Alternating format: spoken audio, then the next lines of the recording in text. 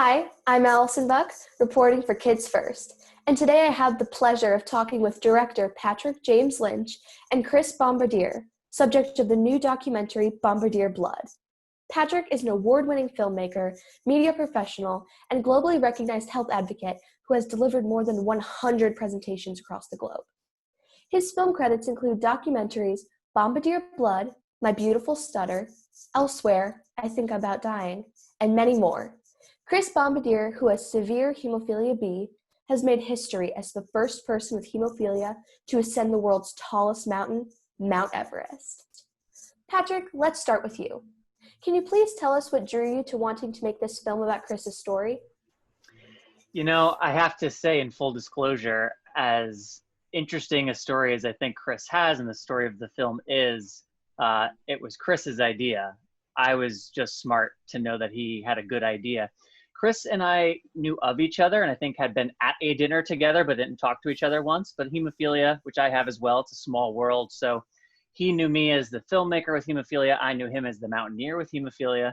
And years ago, as he was climbing the 7 summits, the tallest mountain on each continent, with Everest approaching, he asked if we could sit down so he could kind of lay out a vision for a film that would show both what is and isn't possible when you have hemophilia, depending upon your access to medicine. And I thought that was an amazing idea, and he had me instantaneously.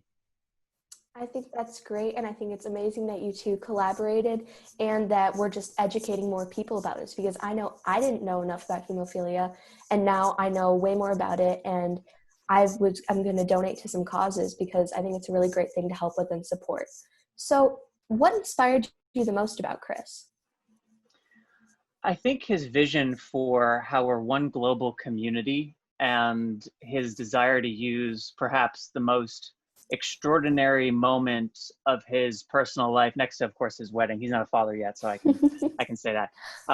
But ascending Everest to help broaden the world's perspective of what it meant to live with a bleeding disorder and help inform people of the intense global disparities that exist for people with hemophilia and other rare diseases. I just thought that was such a humanitarian-oriented way to think about content creation and filmmaking and storytelling, and that's what motivates me. I like to create entertainment that affects change. As I like to say, nothing wrong with Doritos, but I'm not the person to direct their commercials. That's not my job. So when Chris approached me with that perspective in mind, really the big question was just, how are we going to get this done? Not, is this right for me? Not, is this a good idea? It was, how are we going to get this funded? How are we going to get this done? And the rest is history. That's great. I think it's awesome that you just got those gears turning right away and you just had an idea and you made it work.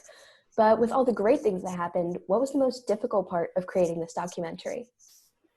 You know, that's such a good question. And I think filmmakers know that a film is a multi-year collaboration. So it's a lot of people for a long period of time. And I think for me, what was most challenging on this project was the fact that I was never going to be on Mount Everest. There was actually a lot of elements of this project as a director that I didn't have either the skill for, or we didn't have the money to support the additional whatever for, and having to be okay with that and having to let go. And I like to think of myself as a leader who empowers others to be their best selves. I'm not looking for foot soldiers. I'm looking for people who like to think and make their own minds up. And I like to empower them to be their best selves. But I really had to put my money where my mouth is, so to speak, because I was just not going to be able to do a lot of elements of what this film needed to be done to come together during production. So learning how to communicate best with my director of photography, my producer, who was our director and cinematographer on the mountain, Rob Bradford, and everybody on the team, I had to become a very good communicator and let my ego go.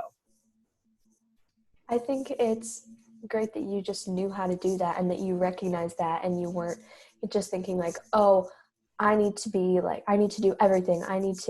And you just helped everyone else by communicating with them. So I'm sure you had many memorial moments when making this film. Can you share with us some of your favorites, some of the best parts?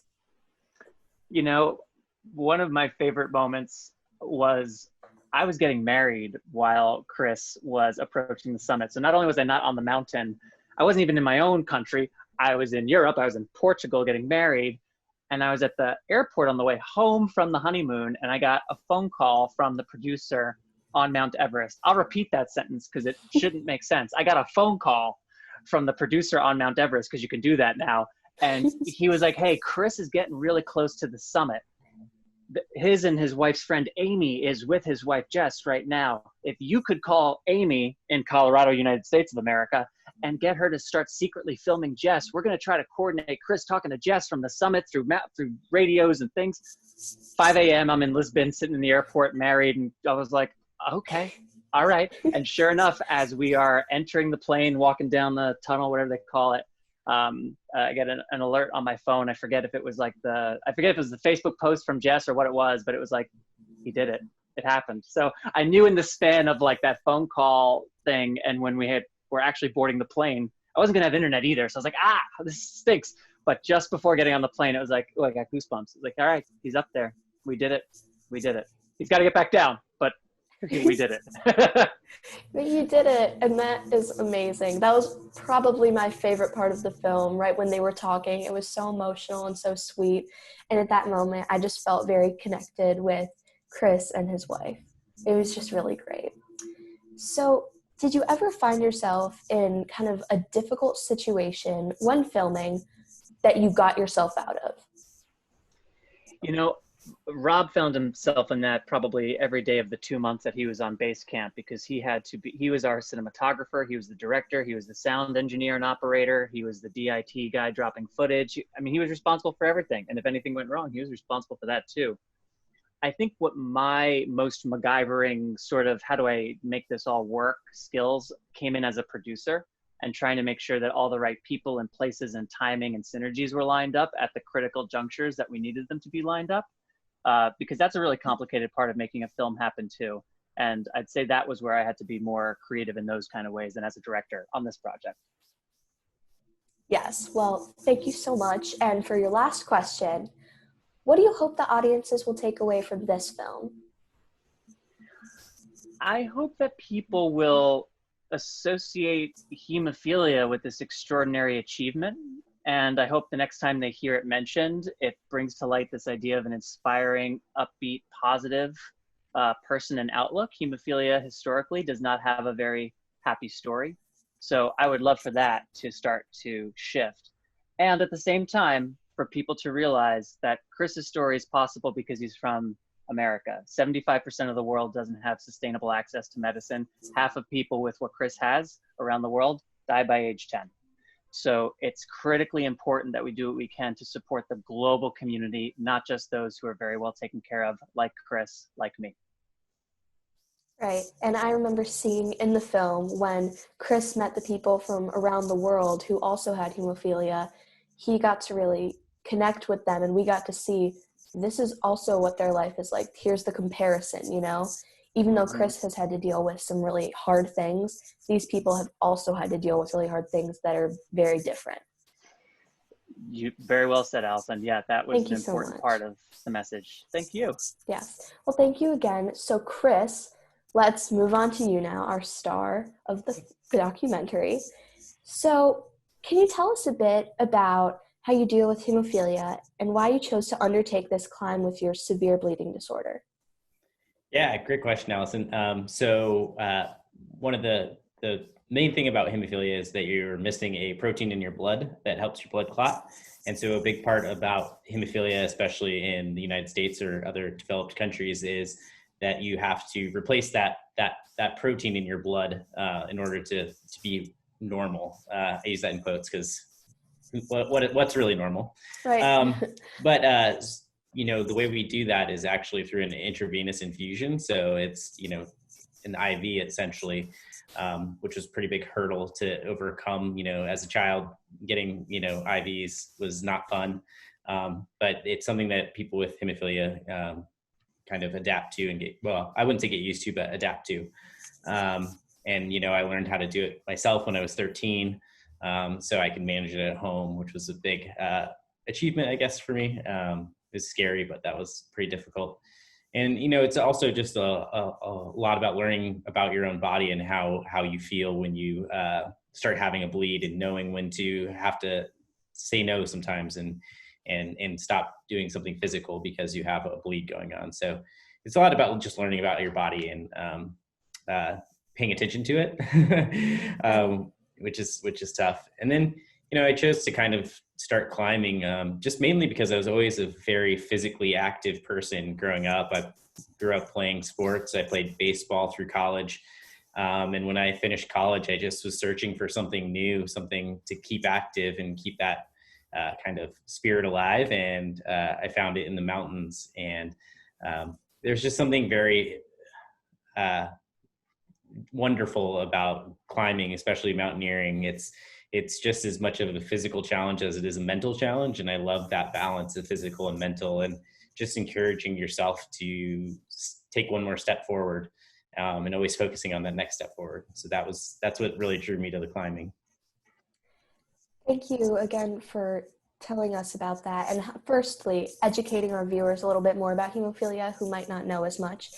But second of all, sharing that mountain climbing, it's not just, like, oh, I'm tired, I'm going to stop. It's also mentally, I see that I have so much more left. Am I really ready for this? Am I just frustrated? Am I upset? Am I mentally tired? It's just, there's a lot going on. And that's why it made this so much more incredible to watch and experience.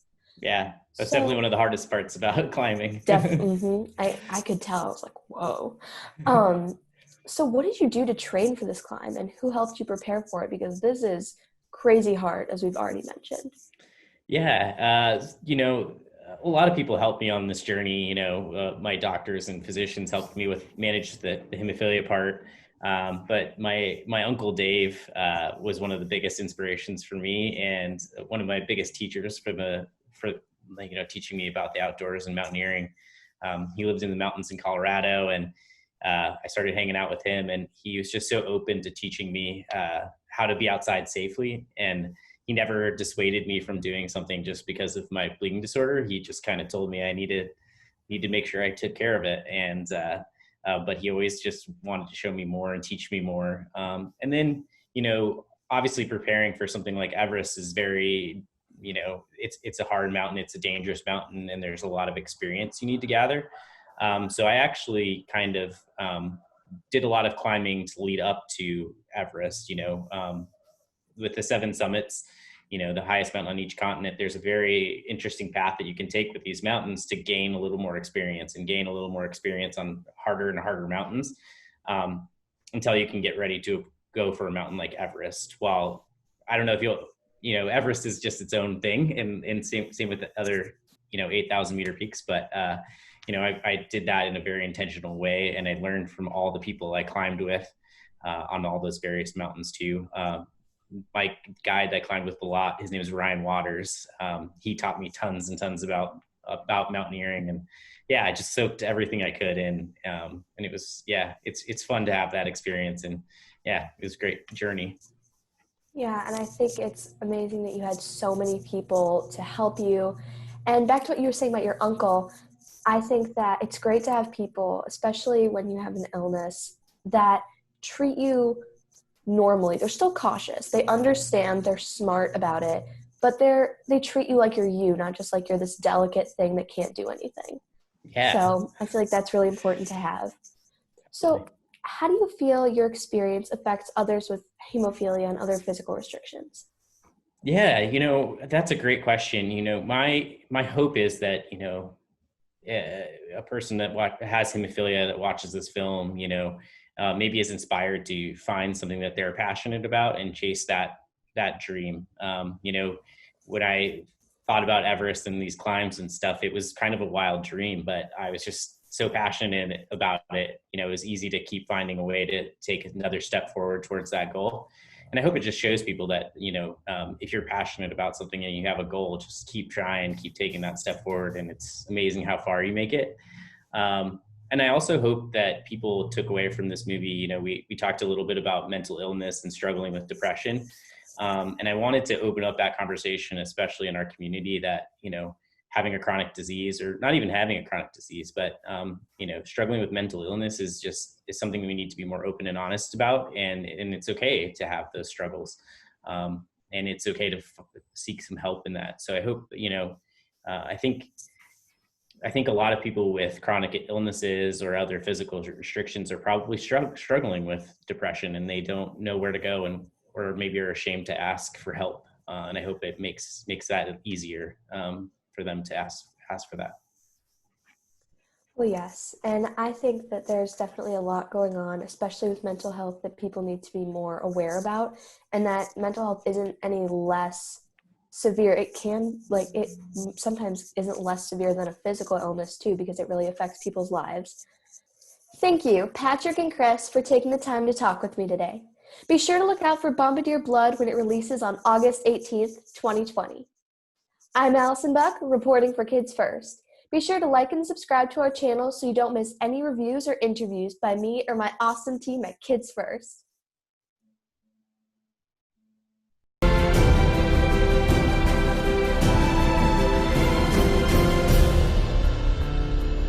I didn't expect him to take it all this far, but he's a Bombardier, and if you got a Bombardier blood in you, well.